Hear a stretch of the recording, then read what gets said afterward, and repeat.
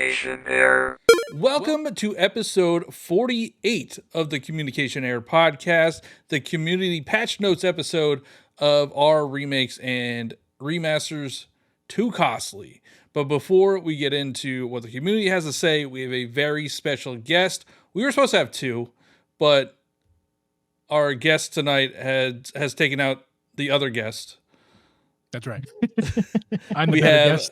I proved it. I've murdered one my other half. guest. We have one half of the Drip and Geeb podcast. We have Uncle Geeb. Welcome. How are you? Thanks, man. I'm doing good, dude. Thanks for having me. I'm glad to represent half of the Drip G podcast. I'm the better half, though. So there's that. How you guys doing? Good. We were actually, me and Cheesy were actually on the Drip and Geeb podcast a few weeks ago. I forget how long ago that was, but we were talking about piracy and how piracy is bad. Yeah, piracy is bad. I love having you on because you're the piracy's bad guy, and we talk about piracy. How fitting. Yeah, and there were a lot of pirate sounds. That was my favorite part. Because I really don't know too much about piracy, so the fact that Drip had pirate sounds, and I'm sorry, we don't have anything fun like that here. No, I don't have those capabilities. Yeah, I don't have those capabilities either. That's Drip's job. So this is professional. Maybe when you have on next time, he could play some R's for you or something. Oh, it was great. Yeah, he was hitting them at the right times. But yeah, we don't have Drip tonight. He was supposed to be here, but something came up. But we will have him on eventually. We'll get him on here. But Geeb, tell the people what you do on the internet. What I do, I create a podcast, the Review Podcast. That's like my main focus at the moment. It's a Nintendo-focused podcast. We record live every Wednesdays over on the YouTube channel. They may or may not have links for you. I don't know. You can just search us at Drip. Yeah, we do. Pretty much anywhere. Cool. Thank you, man. I make some YouTube videos as well. Check them out if you want. I post irregularly over there, but check out the podcast for sure. Appreciate you guys. You also edit, right? You're Drip's editor, right? Yeah, I never think about that. I do edit. I'm for hire. Hit me up. But yeah, no, I edit for Drip. So I've been doing that for the last couple years actually. And we have a large audience of Nintendo fans. I think. Yeah, we cover mostly Nintendo stuff, so that makes sense. But you should check out Drip and Geeb. Check out Drip's YouTube channel. He does a lot of Nintendo content. Does a lot of accessory content, and I'm sure when the Switch 2 comes out, he'll be going hard on that too. Mm-hmm. Oh, you bet. Yeah, and go give Drip and Geeb some reviews. Just go listen to their show, or don't even listen to their show. It's great. You have our word for it, so just go give them a 5-star review. You were on the show, Cheesy and Johnny. I mean, I've been on it. I've been on it great. I've been on it like 3 or 4 times at this point. Yeah, literally about 3 or 4. Yeah. I'm sorry. But yeah, definitely go give Drip and Geeb reviews over on Apple and Spotify, and give us reviews over on Apple and Spotify. Like a couple awesome people. I think we got a couple new 5-star reviews on Spotify. There's no written ones. But thank you for giving us 5-star on Spotify. If you haven't done that yet, make sure you do. But we got some written reviews on Apple. So I should have had these pulled up, but I don't. I was gonna compliment you too on your segues because I did have excellent job tonight. I did have it. All right, so we got 2 new 5-star reviews. We're up to 30 total reviews over on Apple. So thank you very much. The first review is from Switch 2 2024. Oh man, that's wishful thinking right there. But it says, great podcast. This podcast is great. I've listened to other gaming podcasts that can be boring. I'm assuming they said can be boring because there's no disagreement. Oh, we got disagreement here. However, that's what makes this podcast great. Disagreement. Great job, guys, and keep up the good work. Thank you, Switch 224. I hope you're right about your name. Please, Lord. Please. And then the next review is from Geeky Sama, who is also a content creator. You should check out Geeky Sama's stuff.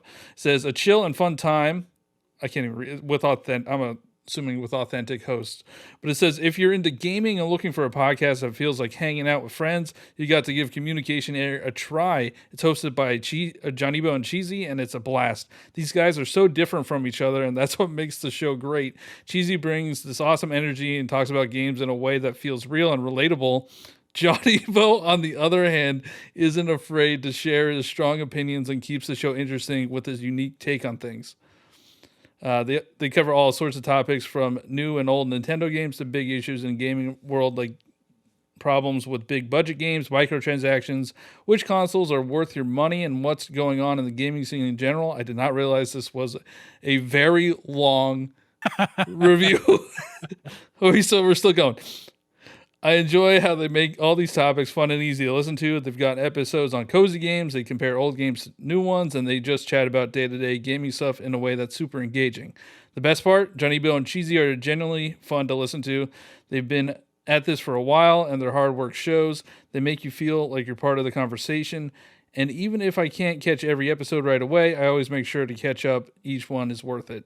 So, if you're into video games and looking for a podcast that's both fun and insightful, give these guys a listen. They've really made something special, and I can't recommend them enough. Here's hoping they keep going strong because they deserve all the success. Communication Air is a great time, especially if you're a bit of a gaming nerd like me.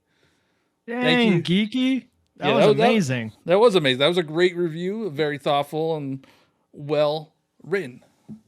Thank you. If I may say, that is the goat of reviews right there. I mean, you can't really top that one. Yeah, I know. Well, somebody might be able to top it. Wink, wink. I think the Derby podcast might be getting on there next. I think I top it. But thanks for those reviews. They really do help us out a lot and keeps us motivated. And for other server maintenance, just join the Discord server if you haven't. Follow us on Twitter, Instagram, and TikTok, and subscribe to the YouTube channel. Check out the Patreon. I think that's it. Let's get into the meat and potatoes, which is we ask every guest this question. It's a little disappointing because I thought we were going to get 2 answers tonight, but I'm sorry. I'm a little. Everyone tells me I'm a little disappointing. Well, okay. I think Drip would give me the wrong answer, so I'm glad he's not here. Yeah. Which is better, Super Mario Bros. 3 or Super Mario Bros. World? Just go ahead, say it. Unfortunately, you're asking the wrong guy that question. However, I do very much enjoy Super Mario 3. It's not that I dislike World. It's that I've really only played 3 for the most part. So I mean, let me tell you something. If I play, but you World, haven't played World. You know, hold on, you haven't played World. Not nearly as much as 3. So I need to play more World, and then I'll get back to you. How about that? Okay, but you have played World. Yeah, I think so. Yeah. Which system was that on? Wait. It was on Super Nintendo. Super Nintendo. And you think so? Yeah, you would know. You would know. Talking to the wrong guy. I played them on like Switch Online. I didn't have an NES, never in my life. So I didn't have SNES. I've never had either one. So okay. Well, you chose the right one. So there we go. You chose the right one. So good. I mean, I don't know about that, but it's fine. But I also saw that you've never played Super Metroid. You have a Samus amiibo right there. I do, yeah. You need to do that. Dude, Super Metroid's good. You know, I'm not gonna fault you. I know, not everyone has time to listen to 150 episodes of the Drip G podcast, but I've said many times on the show that like I've got reinvigorated in 2020, like a lot of people with gaming. So like it's to my fault. Like I haven't really been, gaming for very long. I played a lot of PC games in like 2010 era. I played Xbox 360. Is like my bread and butter. That's where I grew up playing games, basically, right there. But yeah, I mean, with Nintendo, I had a Game Boy Advance as a kid. That's as far as like pretty much how my extent with Nintendo my entire life until the Switch in 2020. But then it's exploded from there. So I'm learning. I'm getting better. I'm not getting better. That's the wrong way to put it. I'm expanding my gaming horizons every single day with Nintendo stuff. And yeah, I mean, you said to play World. I'll give World a try now. That's how I am right now. I'm just kind of trying everything out for the first time. You have Nintendo Switch Online. It's a super short game. You could probably beat it in 4 or 5 hours, maybe. Probably, yeah. I mean, all those old games are pretty short. Like I think Super Mario Bros. 3 you could beat very quickly in like 3 hours. Yeah. I want to say though, real quick, like I think it's really cool that you admitted that you haven't played some of these games, because just a lot of people assume like they're classics, right? That you should have played them by now. And like I can say that I have played Ocarina of Time on the 3DS. I haven't played it on the N64, and I haven't even beat it. And that's one of those that I'm like, I should probably go back and try to play that, as well as Majora's Mask. Like there's still some games that I haven't played that are critically acclaimed or beloved, and it's okay if we haven't played all these games. But again, like you said, it's great that you're not just like looking for the new releases, and that you're enjoying gaming by just going back and playing games. I don't think a lot of people do that anymore, because it's just what is in the zeitgeist. Yeah. Can we talk about it for a week and then move on? Right. And this is not about preservation, this show, but that's why I'm so in favor of preservation, because people like me, there's a lot of us who didn't really get the chance at the time to play these old games. And, that's why I get a chance to play some of these games, is because they exist elsewhere, because they're not being sold anymore. So yeah. And I'm never going to lie. I admit when I haven't played the game. I'm not going to say three is better than World, because I haven't played World yet. And I'm not that guy who's like, well, my allegiance is to 3 because that's what I played and I liked it. So, I'm not that guy either. So I'll tell you, I'll just tell you how it is, Yeah. But Johnny, you've been so good at segues tonight. I know. I have a good one. Let me segue this. I got a good one. What helps you play older games or revisit older games is remakes and remasters. But at what cost? At what cost? I had like 3 Red Bulls today. And I think I'm feeling it. I think I'm feeling it. I can see your heart pounding out of your shirt. I was like, I'm checking my chest, like for my heartbeat. Like, am I okay? It's like, am I gonna blow? But anyway, so we spoke about this last week about if remakes and remasters cost too much, and we have 2 big ones coming out here in like couple months, I guess now. With Paper Mario Thousand Year Door and Luigi's Mansion 2 HD. Geeb, do you think that they are overpriced?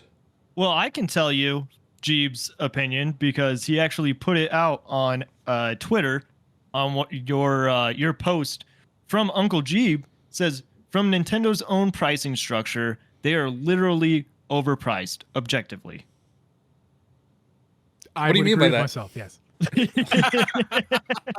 Yeah, I think they're overpriced based off of their own pricing structure, because I think their own pricing structure doesn't make a whole lot of sense. It's just kind of how they're kind of feeling in the moment. And I am sure how I feel about it. I'm upset about it. Am I like gonna boycott Nintendo and go crazy? No, I understand they're trying to make a buck, and Drip and I have spoken about this on the show. It's a lull year for Nintendo. It's no secret to anybody, and there's not a lot happening. And Nintendo's pretty much just spiking their game prices because they want to make up a little bit of the revenue they're going to lose. It really doesn't make any sense, and I've yet to see anybody kind of tell me otherwise. Like, tell me in a good way. Like, here is why their pricing structure makes sense. Here is why Metroid Prime Remastered is $40 and Super Mario A Thousand Year Door is $60. They're both GameCube games. One looks objectively stunningly better than the original versus the other one, and one is $20 cheaper than the other. Doesn't make any sense. I mean, I'm willing, I'm not sure where you guys stand. I'm waiting for the argument to be told. I'm waiting for somebody to tell me how that makes sense. So I'm all ears. AJ from Watch Redirect said they objectively are worth more than the price when the old untouched versions of these games go for over $60 used. In other words, market value does not equal what gamers want to play. And I kind of understand where they're coming from when they say that, because that's how I feel about Thousand Year Door. Like, that game is super expensive to even just get for GameCube right now. So it makes sense why that is being priced at $60. I know a lot of people have issue with Luigi's Mansion 2. I agree with you. Like, it's not high-resed like Thousand Year Door. But Luigi's Mansion, the series, has gained so much popularity and has sold so many copies. And it's only 3 games. I can understand why they are pricing it at $60. Do I agree with it? No. But I can understand why they are doing that, especially if we do get like a Luigi's Mansion movie. I mean, they mentioned or like referenced Luigi Mansion in the Super Mario Bros. Movie. Yes. Like everybody has associated Luigi with holding a flashlight or being afraid or like going on this ghostly adventure. And also just the fact that he is a Mario character. Like they're going to make money that way. So Metroid is just like, it doesn't fall under that Mushroom Kingdom umbrella. And also Metroid games just don't sell that well. That game looks incredible though. But I think they would have lost, or they probably wouldn't have sold as many copies as they did, which was what, Johnny? Like 1 million? sold like it was like 1 million. Yeah. But if they priced it at 60, maybe they wouldn't have even hit that. Yeah, I think they definitely, the pricing structure is Mario games, we're going to charge you whatever the full price is at the time, and Metroid games, like I think honestly what I think is going to happen with Metroid is they're going to sell us Metroid Prime 2 and 3, and if you're charging $60 a pop, like that's not going to sit well with the fan base. So like if you charge $40 a pop, maybe people won't scoff at it. It's still, you're paying $120 for old games. But are they old games at that point? When we're talking about Metroid Prime Remastered on Switch, yes, the game literally is old. It came out a long time ago, but the remastered version came out just a year ago or whatever. It was the last year. I can't remember. Yeah. Came out recently, and it looks completely different. It's the same game. It's the same game, but they just up-resed and fixed the textures for everything. It just looks like when I saw the trailer for that game, when they shadow dropped it, I thought that was Metroid Prime 4 for a little while there. I'm like, oh my goodness, here we are. We're here. We're seeing Prime 4. And then when they revealed that it was not 4, I was shocked of how good that game looked. I think to date, it's still the best looking game on Switch. I don't. It looks a lot better really than Princess close. Peach that just came out. It sure does. Yeah. Sure does. It runs a lot better too. Yeah, it does. I want to ask Cheesy though, because you had brought up the point about value and the current value of what's the game? 1,000 Year Door. Yeah. Are you referring to, because Nintendo's not selling it, so it's valueless at the moment. It's not for sale. Are you referring to basically aftermarket prices? Yeah. So I find that weird that Nintendo would look to the aftermarket resale prices and consider those prices into their current pricing for their games. Like that seems weird to me. Not crazy, but like, don't you think Nintendo wants to set their own market price, not let the free market decide what their games cost? Either way, up or down? I mean, I don't know. I guess it's just free research at that point. Like if they are seeing what it is for the aftermarket, why can't they price it at $60, which is what their games currently cost right now? Like if they see that there is a demand for it, then yeah, you're going to price it higher. And I think that's honestly how a lot of people feel right now. Is like, yeah, it's a remake of Paper Mario 1,000 Year Door, but a lot of people haven't played 1,000 Year Door, or they just want to revisit it again. And it's at $60. Fine, I will pay $60 so I can revisit that game or play it for the first time. Yeah, but that should go both ways, in my opinion. The same way when Skyward Sword HD came out, what was the going rate for Skyward Sword on the Wii aftermarket? And I'll tell you, I have it. I bought it aftermarket, about $20. And it came with a whole 25th anniversary CD collection or melody collection. And guess what? They didn't sell. They weren't like, oh, you know what? The aftermarket's $20, so we're going to kind of follow that trend because that's what the market's showing. So we're going to sell a game for $20, maybe $30. No, they sold it for $60. So if they're going to look at the aftermarket for the high price games, and they're going to go, okay, well that aftermarket's selling high, we're going to sell our game high too. They should do the same thing for the low price games. They shouldn't really change that much. If it's going for $20, sell for 20 or 30, especially if it's just a slight upgrade than the original. Sure, yeah, $10, $30. No, that's not what they did.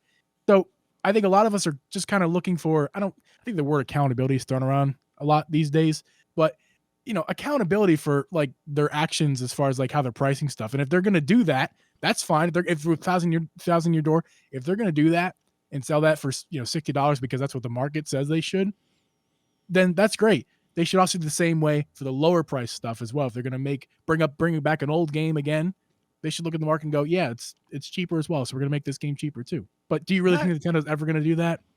I mean, I agree with you, but with the example of Skyward Sword, like for one, I don't even really know why they put that on Switch, but like after the love for Breath of the Wild, of course you want to get more Zelda on your console, and Skyward Sword is like the closest thing that they had to it before Tears of the Kingdom. And even though that game might have been priced really low, and I believe it came with like a gold Wiimote, didn't it? Yeah, it came with a gold Wiimote with the CD and the game itself, all for $50, if I'm not mistaken, not 60. So and so even if the aftermarket was $20, like that probably was priced right because it's not that well loved of a game. But like they went back and they made button controls for it. There's a lot of quality of life. Yeah, they had some like paywall thing behind Amiibo to like fast travel. But I think they did add a lot to it that previously wasn't there. And they also did that with Metroid Prime Remastered. And there's I mean, not necessarily, they did change. No, actually, not necessarily. For sure, they did, because there was the whole how you moved and the lock on. It's all very different. They actually added dual stick capability, gyro aiming. They added up. So yeah, they Metroid Prime Remastered did the same thing, but it was only $40. Now you might say it's because the aftermarket was lower. I actually don't think that's the case. I think that trilogy sells for a pretty penny on the aftermarket, and the game itself, I believe, I don't quote me, especially not when it came out, but these days I'm pretty sure that game is a $50-$60 aftermarket game. So yeah, but there's it's Metroid. Metroid. There's no consistency with how they're pricing these games, and that's kind of what we're all looking for. It's IP based. Right, I think it's IP based because like if you're Metroid doesn't sell not as much as Zelda. It's not their big four. Their big four is Mario, Zelda, Splatoon, and Animal Crossing. And let's be honest, anything over $0 for Skyward Sword is overpriced. So, my God. Listen, buddy, hold the phone.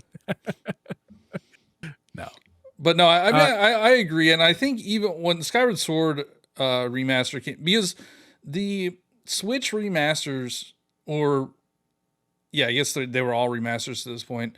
They were all $60 leading up to Metroid, right? Or whatever the re-releases were, they were all 60. Link's Awakening was also 60. So it was like they all had that $60 price tag, and then Metroid Prime Remaster came out, and they're like, okay, we're gonna make this one 40. I don't know why. And then they had Pikmin 1 and 2 bundled for, I think that was 50. Yep, $30 individually.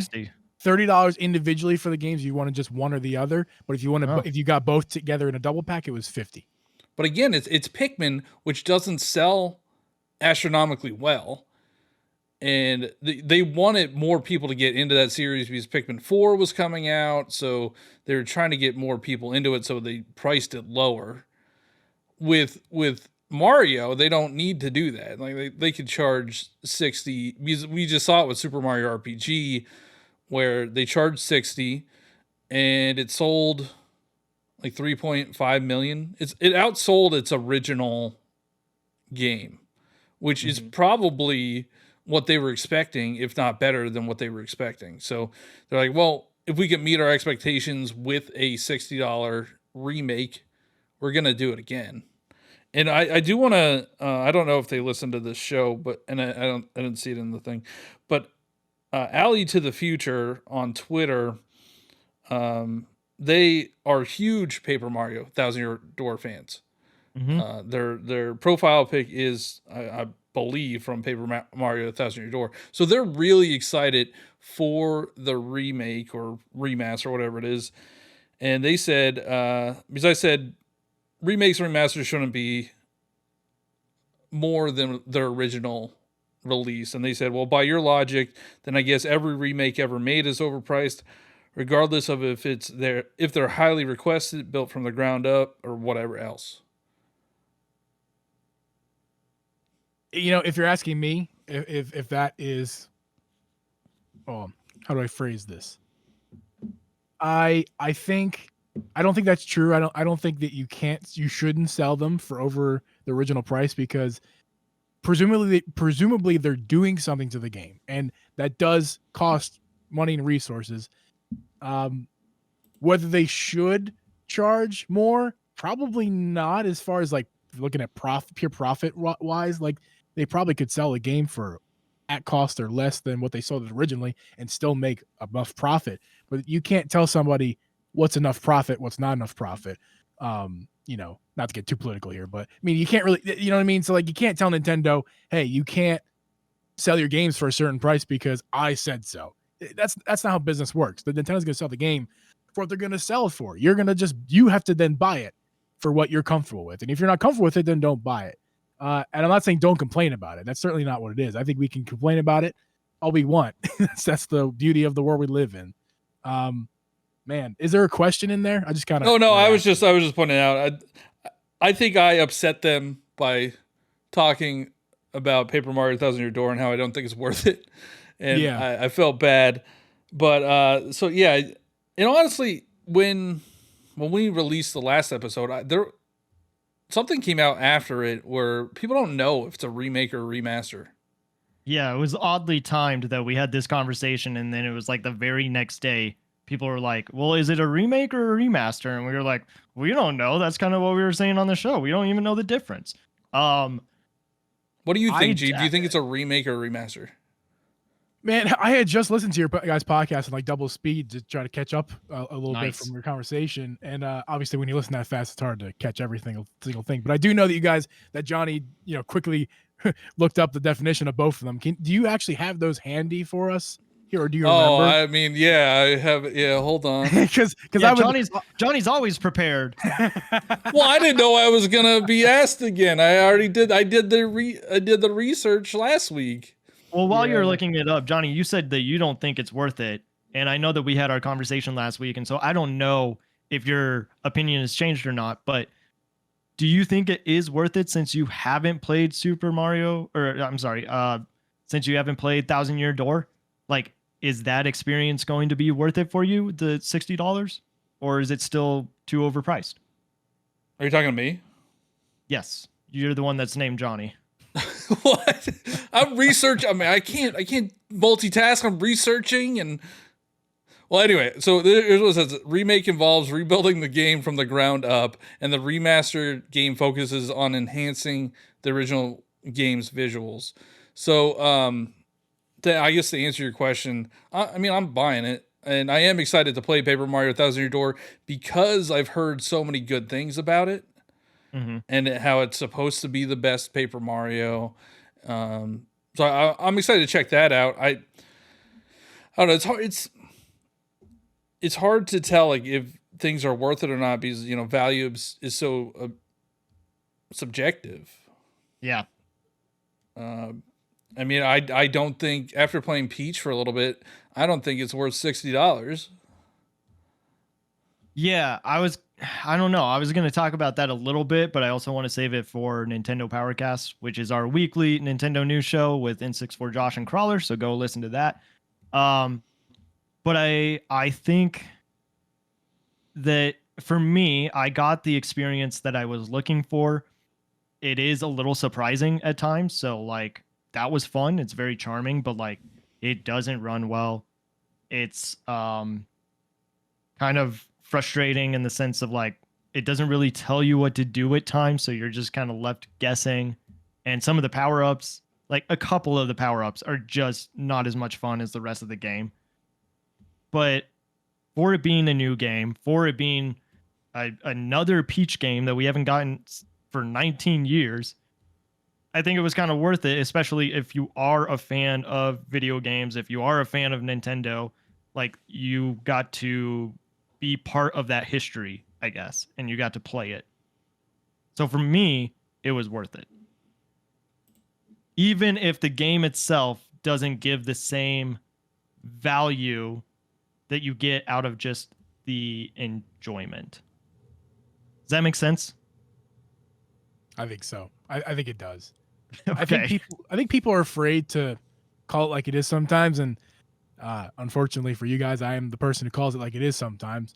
Sometimes Nintendo makes games for kids. The focus. Sometimes it's 99% of the time. What are you talking about? Yeah, I'm covering all bases here. But you know, a lot of times, like Johnny said, they're making these games for kids, and you know, Peach is a very specific audience. You know, it's a game, has a female lead character, which is great. I think they should do it more often. I mean, they've only been doing it for 30 years with Samus, but they're doing it forward lead now with Peach just right on the cover, you know, and I think that's great.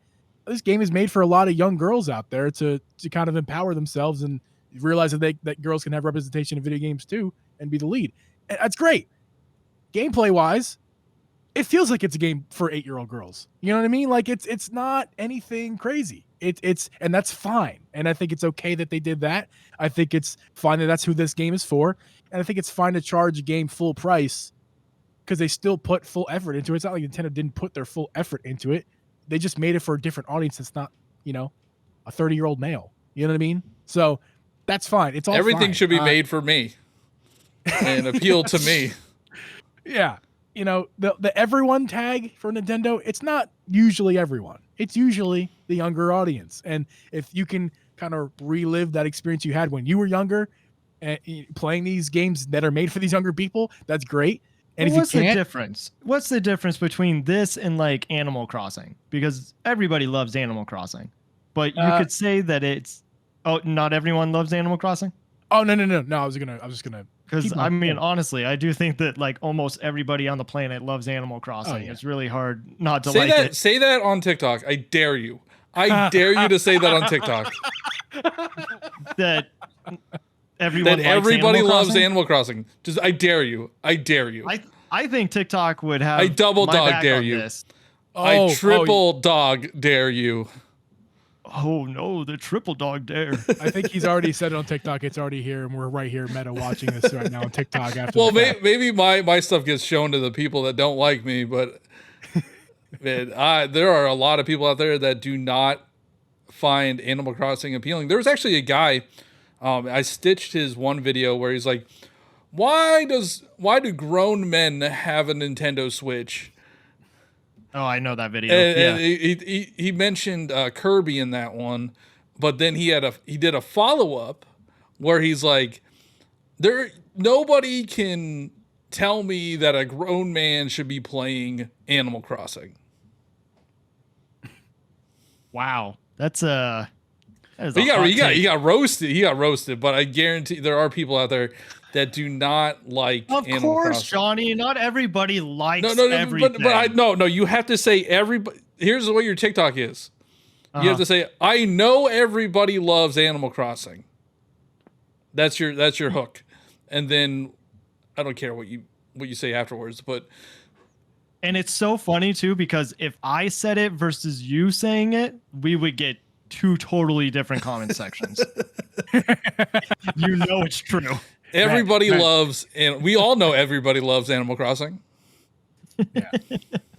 No. Okay, but like, seriously, going back to it though, like Animal Crossing and Peach to me are kind of the same. Like, of course, different gameplay, but like, I don't think it is just for a specific audience. Like anybody can enjoy them. I was having a fun time while playing Peach. Like, it's not the greatest game ever, but I think it's fun. It's charming. And I think that's why people like Kirby. Like, there are some games that don't have to be a challenge.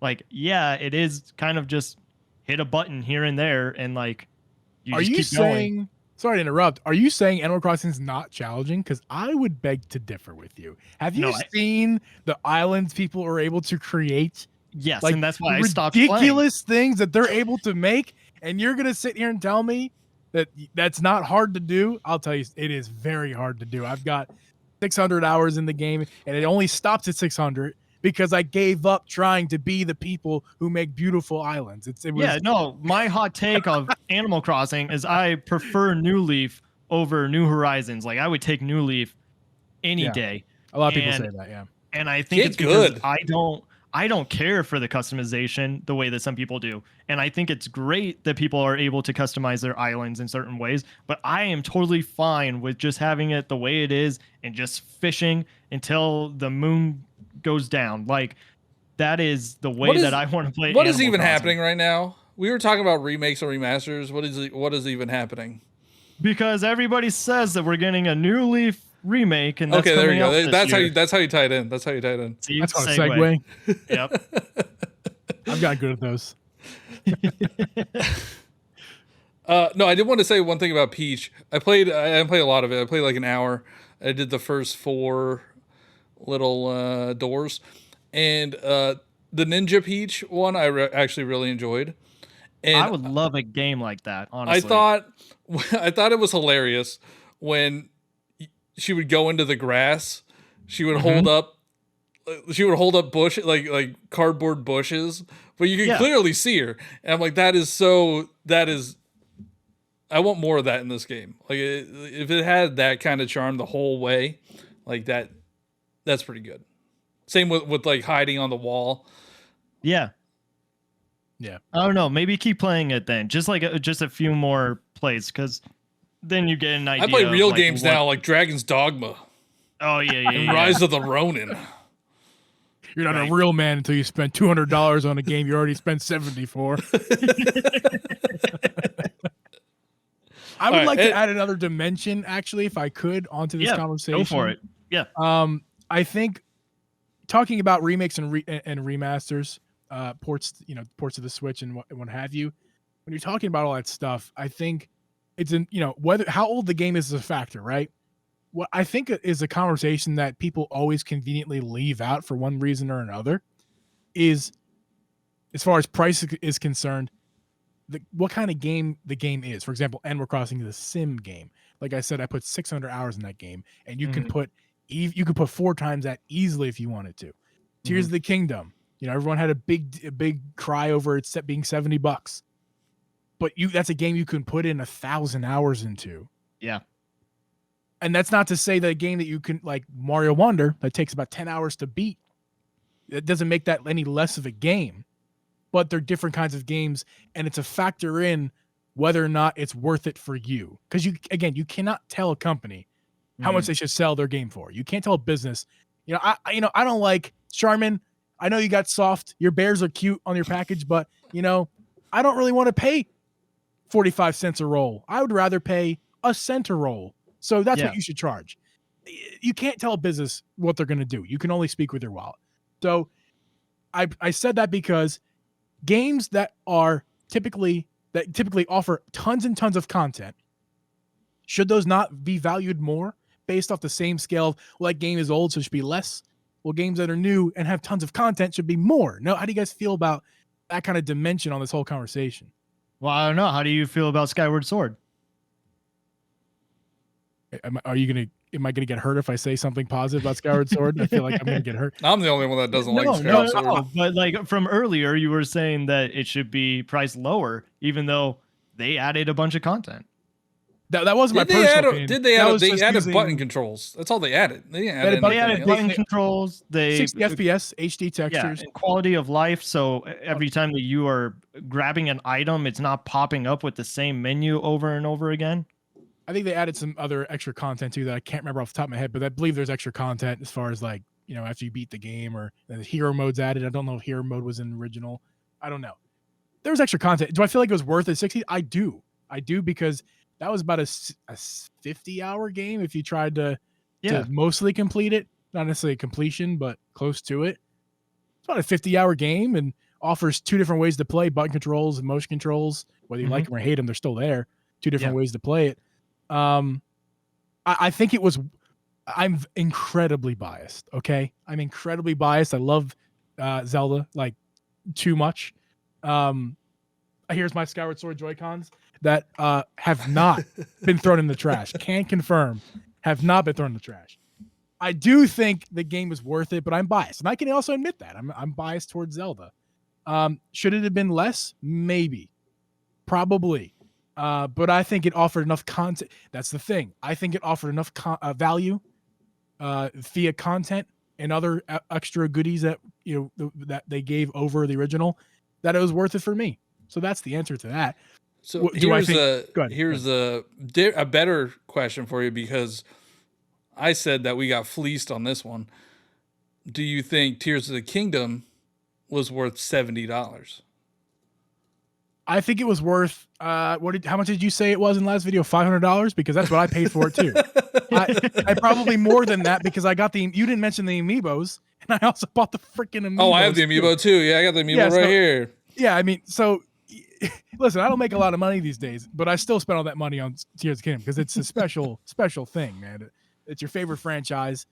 Okay, but seriously though, was it worth $70? Yes, it was worth $70. I mean, the main story is 90 hours. It was on the same console as Breath of the Wild. The same console as Breath of the Wild.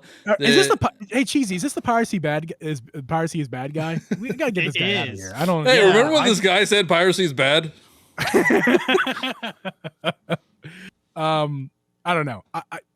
I think you're just being facetious, Johnny. I don't think you do. But no other Switch game is $70. This is like with that logic. If the amount of content that Tears of the Kingdom has, I would say Animal Crossing has more content. You could do more things in Animal Crossing. You can spend more. No. You can spend more time. You can spend more time. That doesn't mean it offers more content. You spend more time because Nintendo has a really sneaky way of making your hours played on their games higher than any other system on average because of little tactics that they throw in there. Animal Crossing is a perfect example of that. I mean, the tutorial should be 30 minutes, and it takes you damn near 5 hours to get through that tutorial because I don't have a list of reasons in front of me, but trust me, I've gone over them before. There's so many little tactics that they use to make the game take longer, like crafting is slow, gathering materials is slow. Everything is slow in that game. So it doesn't offer more content, but it does take more time to get through that content. Tears of the Kingdom, I think, is the most perfect game ever released, being the most biased person of Zelda you've ever heard. I dare you to say that on TikTok. I double dog dare you to say that on TikTok. Clip it. Clip it. I am no stranger to people hate. Listen, it must be the Philly thing in us, Johnny. No one likes us. We don't care. No, and it's just the way it goes. You're outspoken. That's what it is in Philly. I'm over here in Denver, just like whatever, man. I don't know what's wrong with my face or something, but I could have a very reasonable take, and people just dunk on me, and I don't understand why. It may be like the 300. Like that Tears of the Kingdom is the greatest game ever made. That's a very reasonable take. It is a very reasonable take. I would agree with that take. I'm also very biased. If it's not clippable, it's not worth saying. It's right. Well, in that case, every game is terrible. Tears of the Kingdom's the only good one. Why would you have any other game? Whatever, man. Yeah, I think it's hard for me to not take out my bias, right? It's hard for me to remove that. Yeah. But I think if you held me under gunpoint and I thought about it, I think Tears of the Kingdom should be $60 game. I really do. Trying to remove that bias from me, I would not get upset with you for saying the game should be 60, not 70. But I totally get why they put it for 70. Because we paid for it. Yeah, but I would really love to like have an honest conversation with whoever's final decision it was to make it 70 over 60, because it is still the only first party game to be 670 on the Switch, and no sign of that changing. I would love to see exactly why they made the decision, if it was just purely profit or not. Well, it's in the voucher program, so I think it was to push vouchers too, so you could get it for 50. And that's what I did, and a lot of people I think did as well. Yeah, I did that. Plus the collector's edition, plus the special edition Switch, plus the Pro controller. Yep. I'm with Geeb, though. Like, I get why it was priced at 70. Should it be 60? Maybe, but like I get it, and I talked about this on the last episode. But I think it's actually really smart of them to price this game at 70, the game that they know everybody is expecting to buy, and then none of the rest of their games, none of the rest of their games. Is it sleazy? That seems sleazy to me. Like, oh, we're gonna charge 70 just because we know people are gonna buy it. Yes, but like, but that's what they're doing with Thousand Year Door right now in Luigi's Mansion too. Yeah, they know people are gonna buy it, so they will do it. Sorry, yeah, but I think they are already like preparing people for that $70 price tag. So we've already gotten an idea. But not that really, only once. But that's what it is, Johnny. They're telling us that it's possible. What it tells me is the next Zelda game is going to be $80 on the new system. Huh. That's what it tells me. It might be. I don't know. So I did want to get back on topic. Crux 57, I think it said this on Twitter, says, I definitely think they should cost less than the original price, especially when they're 10 years old. I don't know how much work it takes to remake or remaster a game, though.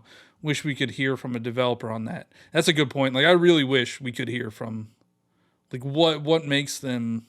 Yeah. Like, how much does this cost? The bones are already there, so it's not like you're starting from the ground up. Well, Luigi's Mansion 2 is kind of interesting when you think about it, because that was for 3DS, 2 screens. And now they have to make it for Switch.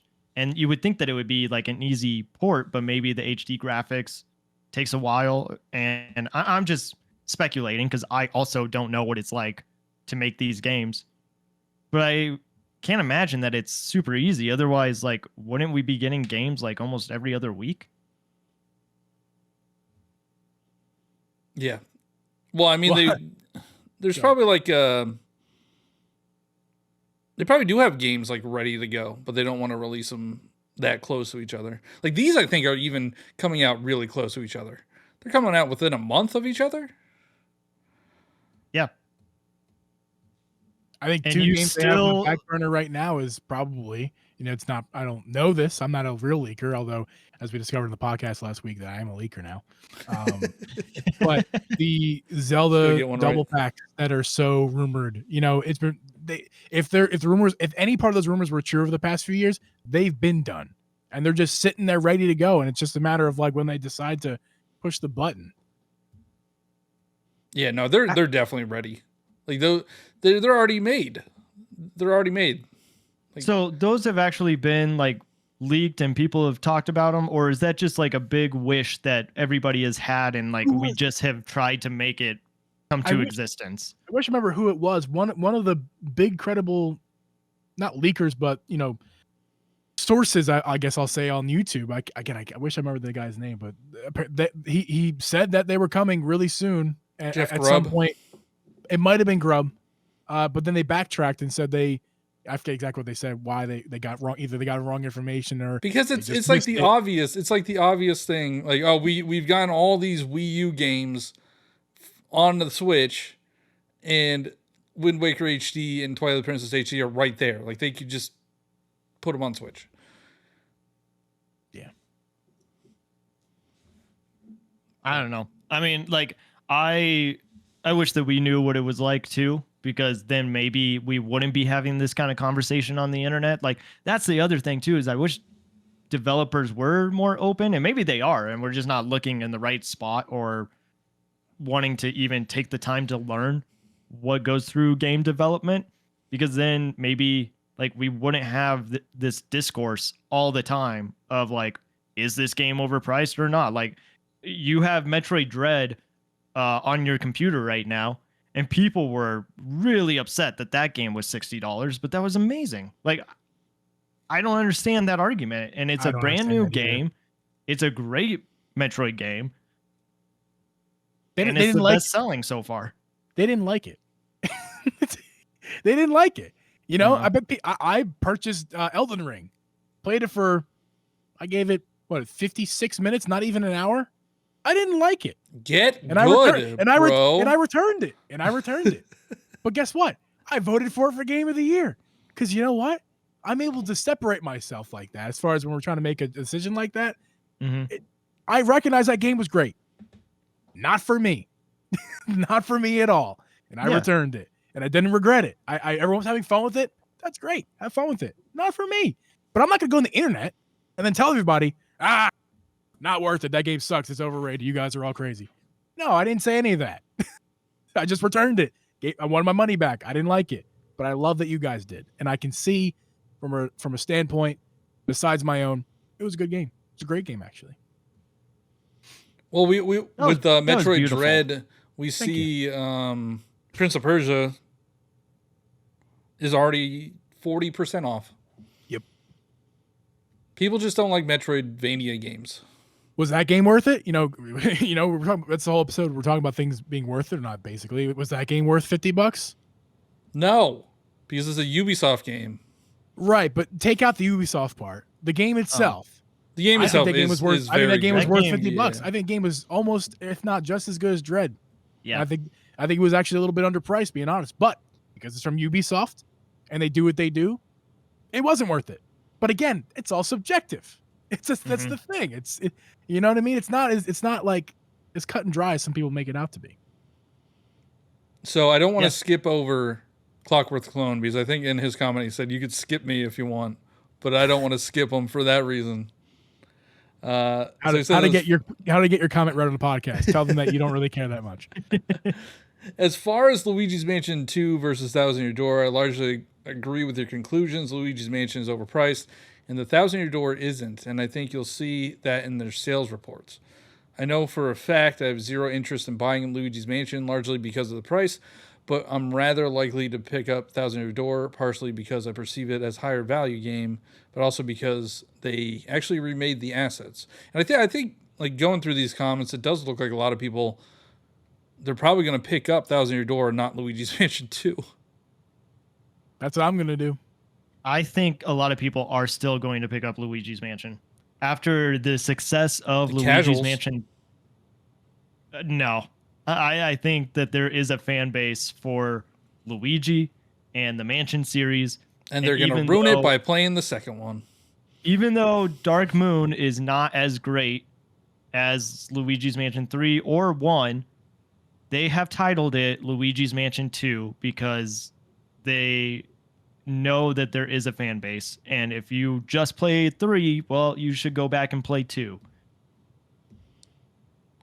Would you feel differently if in June, when they have the inevitable direct, they shadow drop the first one for $40, and then you have Luigi's Mansion 1 for $40 and Luigi's Mansion 2 for $60 in the same month? I saw somebody saying that they might shadow drop. Like, it's weird not to have the first one. Like, why not have the first one? That's on 3DS. Yeah. I think they put the 3DS version on Switch first because the assets are a bit easier to flip over to the Switch. Yeah, but they have the first one on 3DS. Oh, that's right. They do, don't they? So I think it's coming. I don't know if they'll do it. It's bizarre. It is bizarre. Maybe that's the game. Maybe they think that's what's going to sell more. 2 over 1. People just logically would choose this. Oh, the second one's better. I'm going to get that one, not the first one. Maybe that's. I'm going to play this series backwards. I'm going to play 3 first, and 2, and then 1. If this 2024 for Nintendo is all about the dollars because they're going to try to get as many dollars as they can because they're not doing much content this year, maybe they just made a business decision saying we don't know that. We don't know that. I mean, this is an ongoing conversation. I know that. I mean, we all know that. We all thought Luigi's Mansion was going to be maybe September because they said summer, and that's like close to spooky time. And then Paper Mario was going to be like November or October because that's usually when they have Mario games now.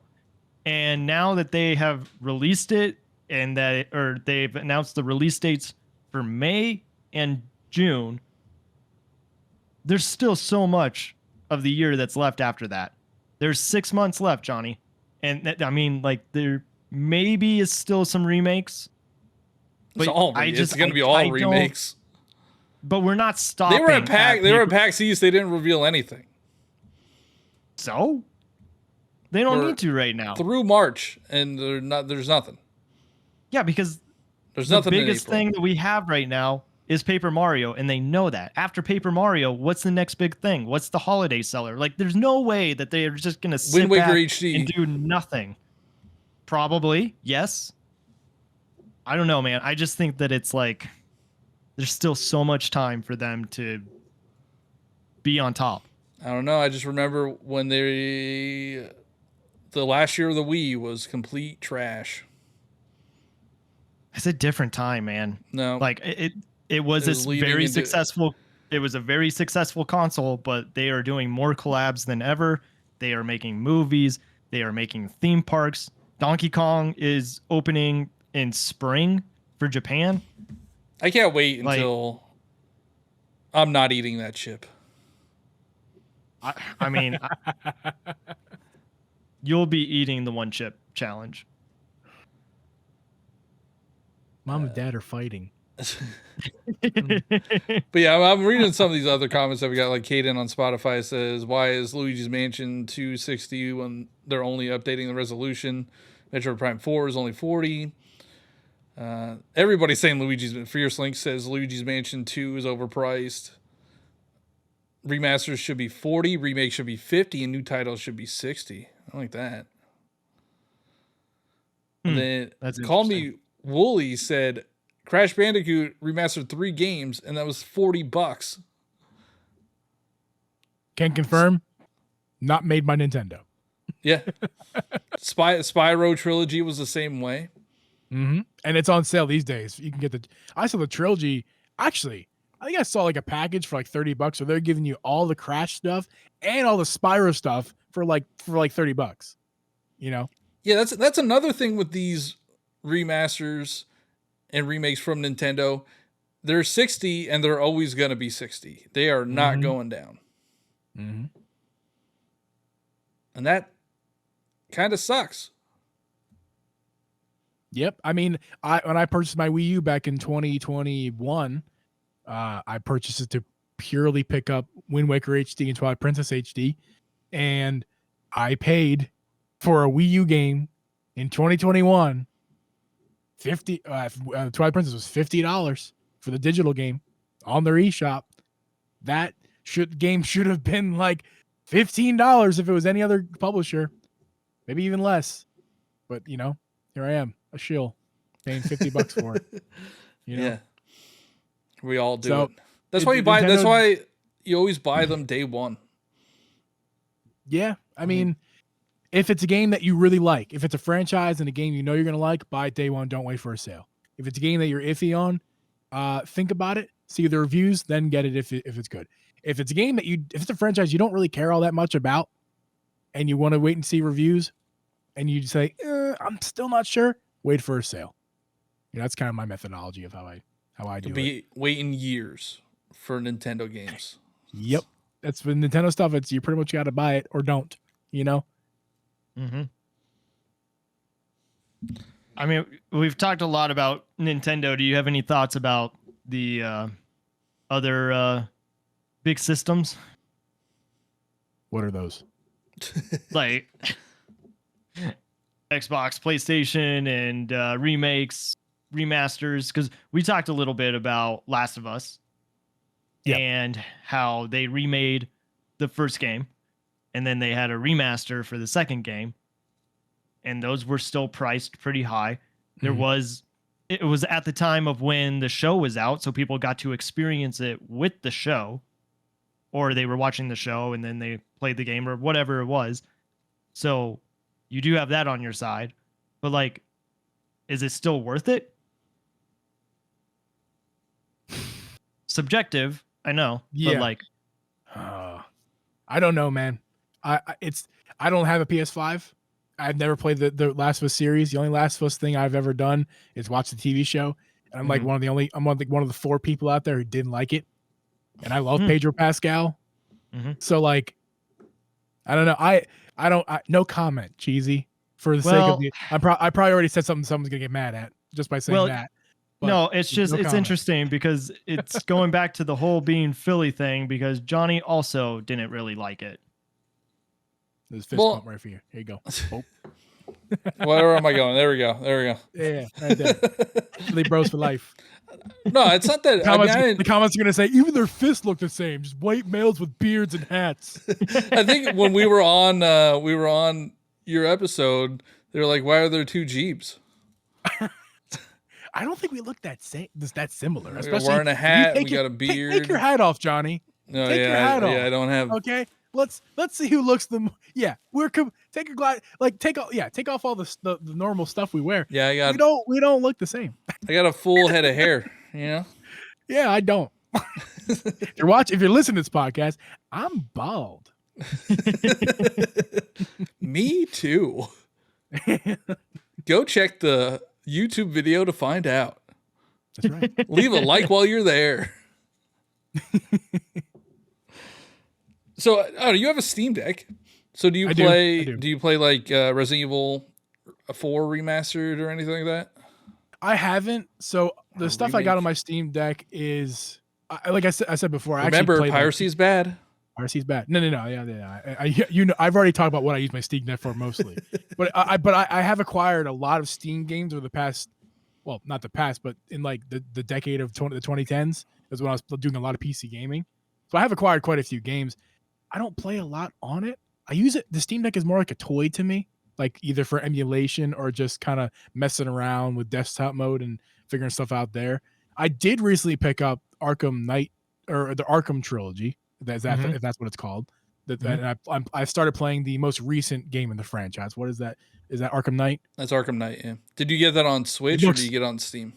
On Steam, and I played on Steam Deck, and oh my god, it looks so good! Like it looks really good. I think that game don't play it on really the Switch. holds up.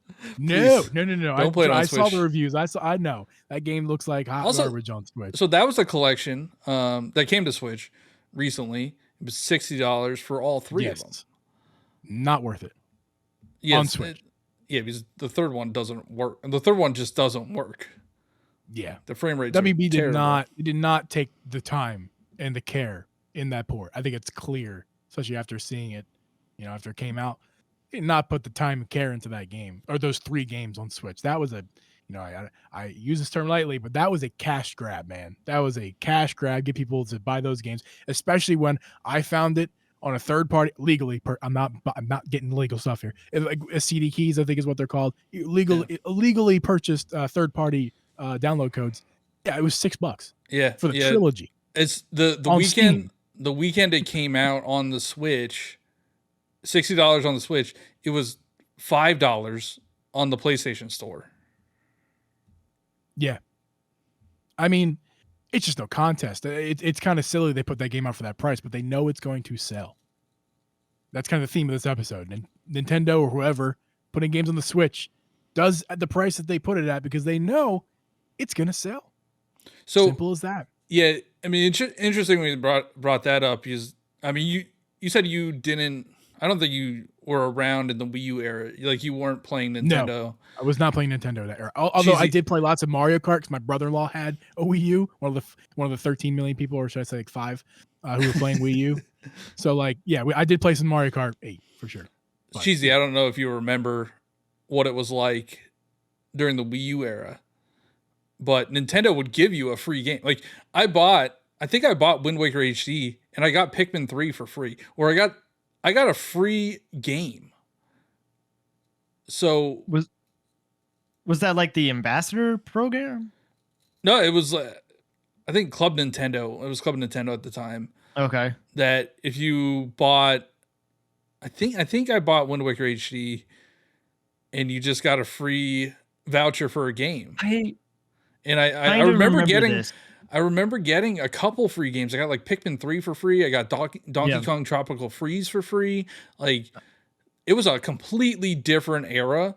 So this whole, Nintendo doesn't put their games on sale. It's all new for the Switch era because the Switch is selling. So I wonder if, the next console flops, will they price their things differently?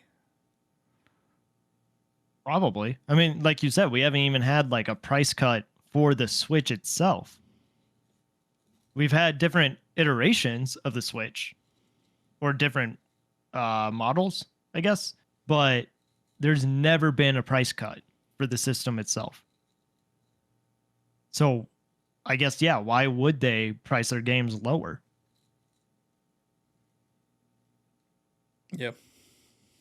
I think I got Captain Toad on Wii U for free. Like, that does kind of ring a bell a little bit. I remember with the 3DS, like, it wasn't selling as well at first, and that's why they had the ambassador program, which is funny. Like, if you read Reggie Fils-Aimé's book, Game Changer, it's good, but a lot of the book is like Nintendo wanting to do something, and then Reggie is like, no, do it my way and it will work.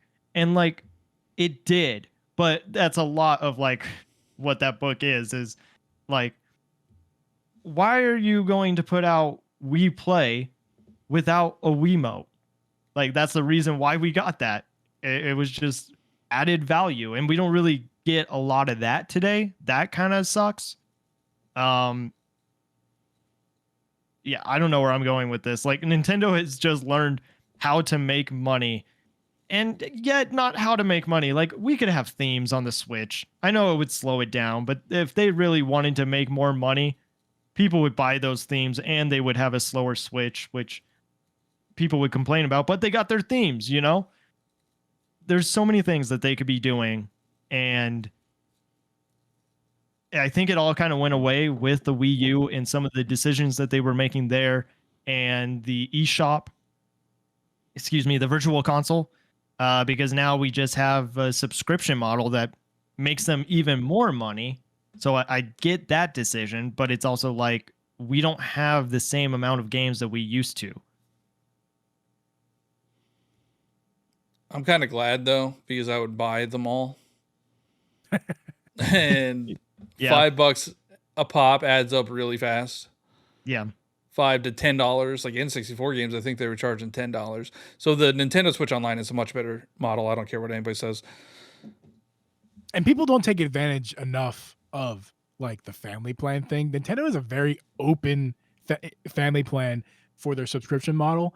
You know, in the day and age now that Netflix is charging you to use extra $8 a month if someone else in a different household wants to share it with you. And in this world we live in like that, Nintendo's plan is super, super open. All you need to do is get your friend's email, and you put that email into your 10 slots, and they just get full Nintendo Online for $10 or whatever you charge them for when you buy a family plan yourself. So it's actually crazy affordable. Yeah, if you Darth Valdo's my son. Smartly. It's like think of it like coupon cutting.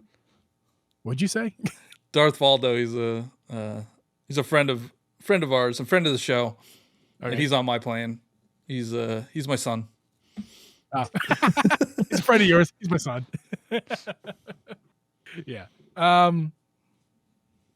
Yeah, I don't know where I was going with that. I just want to say that you know, people, if you it's affordable. It's Nintendo, and you have access to all that stuff, and it's affordable.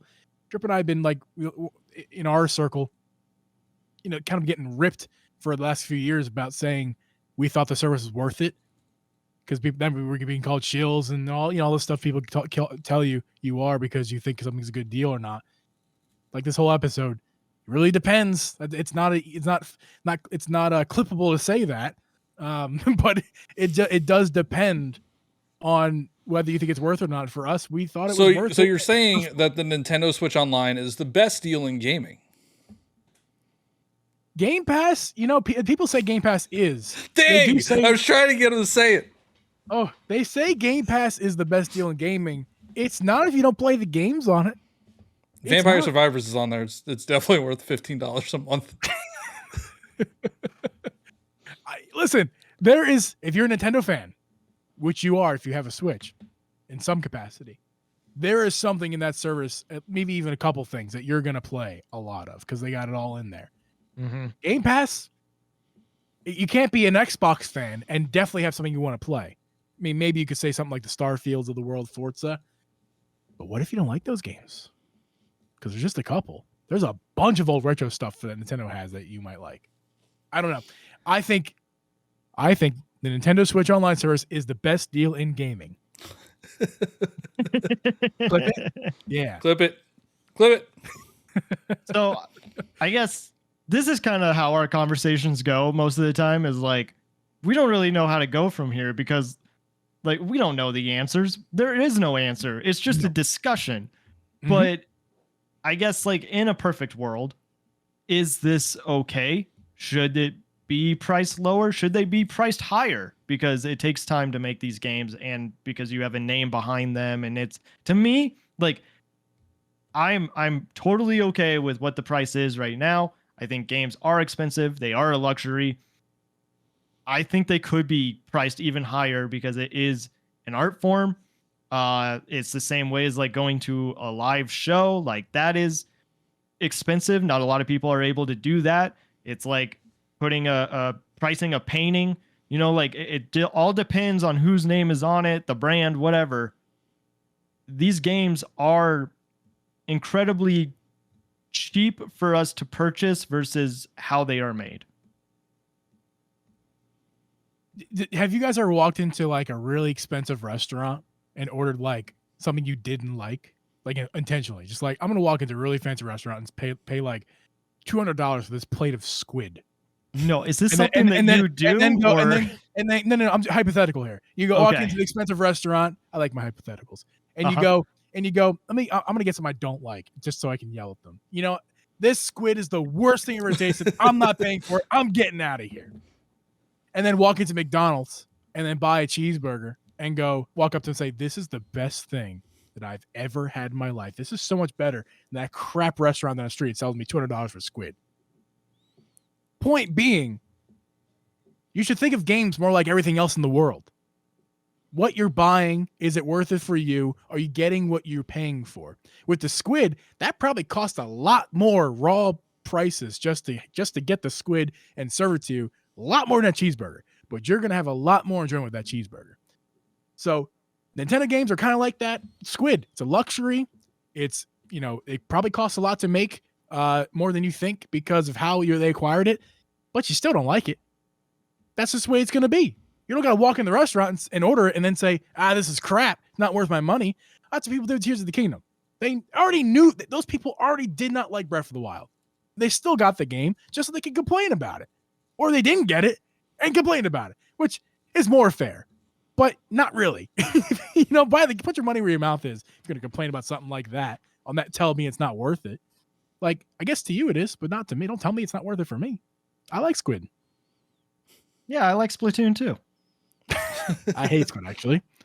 Oh, as okay. An Italian, as a person who grew up in an Italian family, my mom and grandma would boil squid, and if you didn't know, if you do that in your house, you might as well evacuate for the next week because your entire house, from the walls into the walls, into the 2x4s underneath, smells like squid for a week. It's awful. Jesus, you would love that. It would smell like Splatoon. Oh, smell-o-vision of Splatoon. Now that like that has kind of creeped in my mind, it probably smells awful in that world. Yeah. Do they even bathe? Ink? They can't. Ink doesn't like wipe away. Like you get covered in ink and then you stink. It's probably terrible. Does it rain? Like if it rains in Splatoon world, do they all die? It has to be. No, it has to be heavy enough. What is the logic of Splatoon world? So, how many squid do you know that turn into people too? I do know a couple. You would be surprised. Okay. No, I mean I could go into Splatoon lore. But that's not what this episode is about. We are that's over the extra content. Yeah, that's the Patreon content. Wink, wink, nudge, nudge. Or Cheesy's TikTok. He talks a lot about the Splatoon lore over there. But we are an hour and 14 minutes. But this is an enjoyable conversation. Geeb, I want to thank you for coming on and giving us clippable moments. I'm gonna tag you in literally every single one of the clips, so those people could give. Come get it. Come and get it. Call you a soy jack or whatever. Soy jack. There's plenty of those on my Instagram, on the Instagram for my Pal World comments. So you know, I'm no stranger. It's Nobody also cares about incredible Power World that- anymore. That game's dead. No. That It you came spoke- SNO 2024. It's January. That was back in January, loser. Oh my god! Wait, did that really come out in January? When Yeah, it did was that like game come late out? January. Yeah, it was January. Yeah. Jeez, this year, man. I thought about posting something on Twitter, and I was like, this is a little too conspiracy theorist, but I'll say it here. What if we're not living in the right time that they say that we're living? Like, how time is man-made. So, like, how do they know what year we're in? And if everything is moving so quickly, and like the weather is off, and that's all climate change, but like, It's based Could we on the be in a- rotations of the sun. Like, Where have we the- gone? How have we gotten here? What is happening? I had I Red think Bull. I wonder if Cheesy had something stronger. Fun fact. I'll never tell. I went to grab a beer to come downstairs for you guys, and I actually grabbed a Pepsi by accident. I just went with it. So I'm just drinking Yeah, Pepsi you knew we were keeping it family friendly, so Yeah, exactly. we're not Pepsi. sponsored by Diet Pepsi. Pepsi. Pepsi, Waterloo. No. Pepsi, reach out to me. We're sponsored by trashless Skyward Sword Joy-Cons. That's what we are sponsored by. I don't even know if our listeners would understand that reference. That's how I found Johnny on the internet. It wasn't piracy. It was the Joy-Cons. God damn. Yeah, so I have a tendency of throwing Switch things in the trash, and I threw the Skyward Sword Joy-Con in the trash. I forget why. Something about I wanted to get rid of something for the Switch too that I don't want them to have Joy-Con. But yeah, I threw them in the trash, and that's how Geeb he got angry at me. Yep. I was angry. Yeah, we talked about this on his podcast that both of us did not like you when we saw your content, and somehow like we still are talking to you, or we've become acquaintances. I don't know. The only saving grace is number one, his handsome co-host Cheesy, and number two, the fact we both have we have love for Philadelphia sports, at least the Eagles. And Yeah, and I also I'm like I get to take. Otherwise, the this heat. guy's trash. I don't like him. I get to take the heat, so you could say whatever outlandish thing you want to say. Yeah, And we're people, just as long as my doppelgangers. face shows up in the video, people are gonna be like, "Well, that guy's an idiot." Whatever Cheesy is saying, I don't care. But that guy's there. I hate his stupid face. Those white guys with their hats and their beards and their purple lights. You living in your mom's basement? Yeah. Mom, make me lasagna. Another Will Ferrell quote goes into the history books of communication era. Well, this has been a blast. I really enjoyed this conversation tonight. Thanks again. Let the people know where they can find you. You can find me, Uncle Geeb, at youtube.com/Uncle Geeb. You can also find me at youtube.com/DripGeeb. It's the Drippy G podcast. You know, it's on my shirt. You can check it out. Nintendo stuff. We've had these guys in the show, or at least Johnny multiple times and Cheesy one pleasurable time. So yeah, you can find me over there. I also edit videos for Drip Media Gaming, who was not here tonight because he has a severe aversion to ports and remakes, besides at least if they're not Zelda. So that's why he's not here tonight. But you can find him at Drip Media Gaming on YouTube. I edit for him. Thank you guys for having me. It's such a pleasure to be here tonight. Yeah, and it was great that you got to speak on Drip's behalf too. Like, I'm sure he agrees with everything that you said. Yeah, of course. Before we end this podcast, I'm going to tell you all of Drip's political beliefs, so that way he's going to be beloved on the. Drip. We should have structured this differently. We should have been like, okay, what do you think Drip would have thought about this? To say something completely ridiculous. I am just his monkey third wheel. So, I mean, I'm sure that I could just, be the jester and just tell everything about, what he thinks. Johnny, where can people find you? I'm Johnny Bo everywhere. Twitter, Twitch, Instagram, YouTube, TikTok, and the Nintendo Powercast. And you can find me on TikTok, Twitter, Instagram, the Nintendo Powercast, CheezyC64, CheeeZYC64.